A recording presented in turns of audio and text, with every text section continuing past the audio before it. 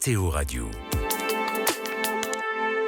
Le meilleur réseau d'information du monde, c'est ainsi que le général Vernon Walters, l'un des principaux responsables de la CIA dans les années 1970-80, qualifiait l'Église catholique, qui dispose en effet de ramifications multiples, lui permettant de prendre le pouls des grandes évolutions du monde sur le terrain.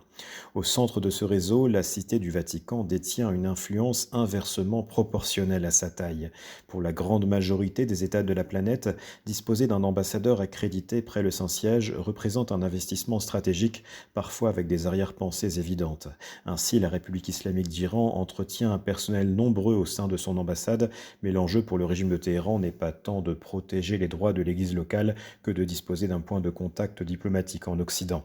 Pour sa part, la France républicaine et laïque s'est mordu les doigts lors du début de la Première Guerre mondiale en 1914 d'avoir perdu cette opportunité d'influence du fait de la rupture des relations avec le Saint-Siège 10 ans plus tôt. La relance des relations après la guerre a permis de redonner à la France une présence significative à Rome et de faire de la Villa Bonaparte, siège de l'ambassade depuis 1950, un lieu central de nombreux échanges diplomatiques jusqu'à accueillir en 2021 un sommet improvisé entre Emmanuel Macron et Joe Biden. Les États-Unis, qui n'ont formalisé leurs relations diplomatiques avec le Saint-Siège que dans les années 1980, semblent parfois considérer le Vatican avec un mélange de fascination et de condescendance. La visite du président Donald Trump en 2017 fut ainsi précédée par une intrusion agressive d'un véhicule de l'ambassade à la porte Sainte-Anne du Vatican afin de tester les dispositifs de sécurité. Quelques jours auparavant, de sémillantes stagiaires de l'ambassade furent chargées de tester la personnalité des gardes suisses opportunément invités à un cocktail dans les jardins de l'ambassade.